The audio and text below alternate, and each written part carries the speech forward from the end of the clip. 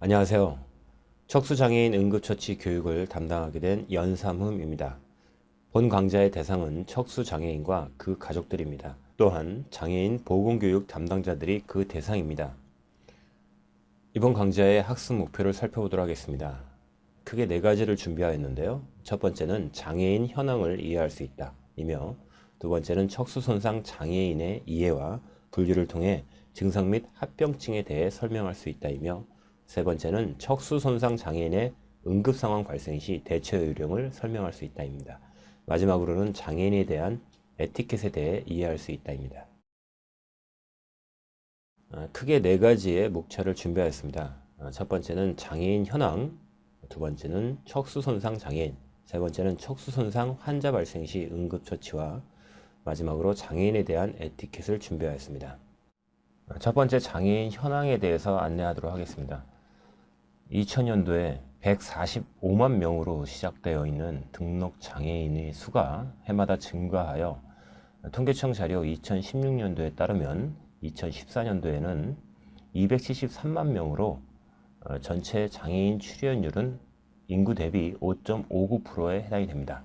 여기서 우리가 참고할 만한 것은 4인 가구를 기준으로 한다라고 하면 대한민국 약 20%에 해당되는 분들이 장애인 및 혹은 장애인 가족에 해당된다라고 볼 수 있습니다. 장애인 건강권 및 의료 접근성 보장에 관한 법률이 2017년도 12월 30일 날 시행이 되는데요. 해당되는 법률은 장애인과 그 가족에 대한 건강교육을 포함한 건강권 교육이 법률로 시행이 되어 의미 있는 교육이 되리라 기대됩니다. 두 번째, 척수 손상 장애인에 대해서 알아보도록 하겠습니다.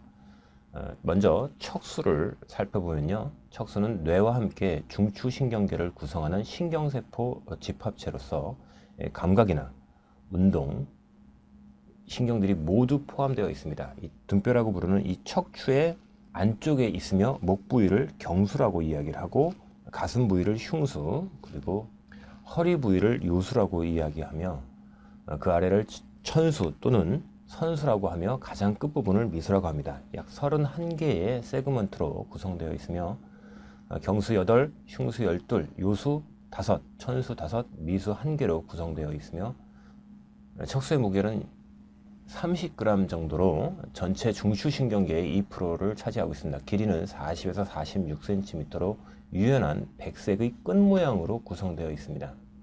척수 장애인의 수는 얼마나 되냐면 WHO 장애 출연율을 기준으로 할 경우엔 약 14만 명으로 추정되며, 등록 장애인 기준으로 약 6만 명 정도로 추산되며 매년 약 2,000명이 발생되고 있습니다. 영화 슈퍼맨 기억나시죠? 다들 크리스토퍼 리브가 주연한 영화로서 DC 코믹스사의 슈퍼맨을 통해서 엄청난 유명세를 타게 되었고, 배우로서 그리고 감독으로서 성공하게 되었습니다.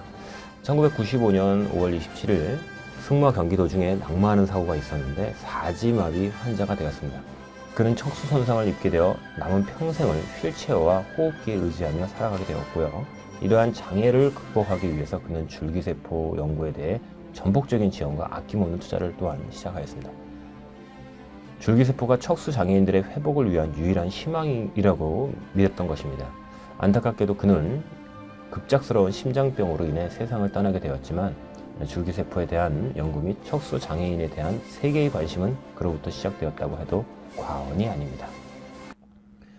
이번에는 척수 손상의 분류를 살펴보도록 하겠습니다. 척수 손상을 입게 되는 원인은 무엇일까요? 가장 큰 원인으로는 교통사고로 인한 척수 손상이 제일 많습니다.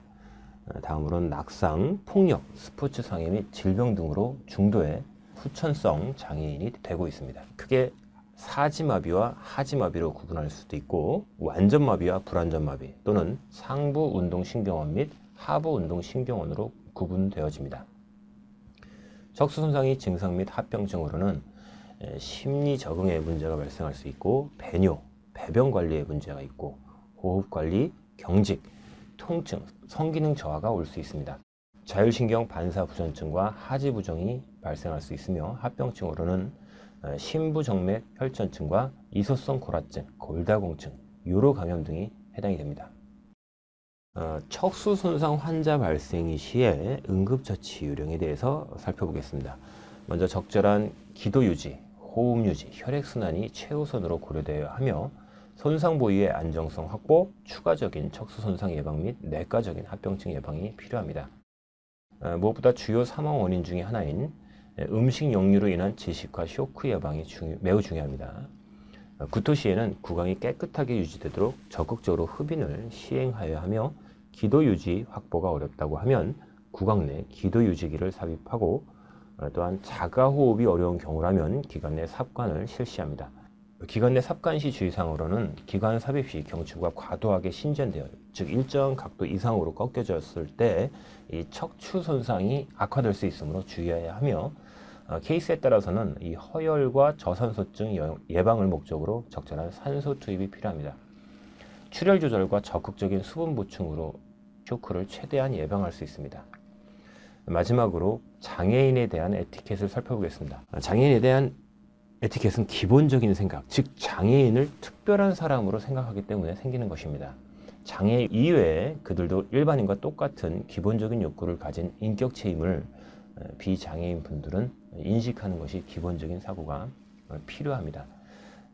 자세히 보시면 장애인은 나와 다르다는 생각부터 버리고 똑같이 대하며 인격을 존중해야 하며 도움을 주고 싶을 때에는 먼저 도움이 필요한지 물어보는 것이 선행되어야 합니다. 장애를 가진 사람에 대한 바른 용어는 장애인입니다. 장애자나 불구자 이런 말은 사용하지 않습니다. 또한 장애인과 일반인 이렇게 표현하지 않습니다. 장애인과 비장애인이라고 표현을 하는 것에 유의하여 주시기 바랍니다. 이야기할 때에는 상대방과 눈높이를 비슷하게 유지하고 눈을 바라보는 것이 필요합니다. 예를 들어서 외소증인 장애인의 경우에는 눈높이가 틀리기 때문에 동일한 눈높이를 맞추고 대화를 하는 것이 필요하고요. 장애인 개인을 집단화하여 말하지 않는다. 이런 이야기죠.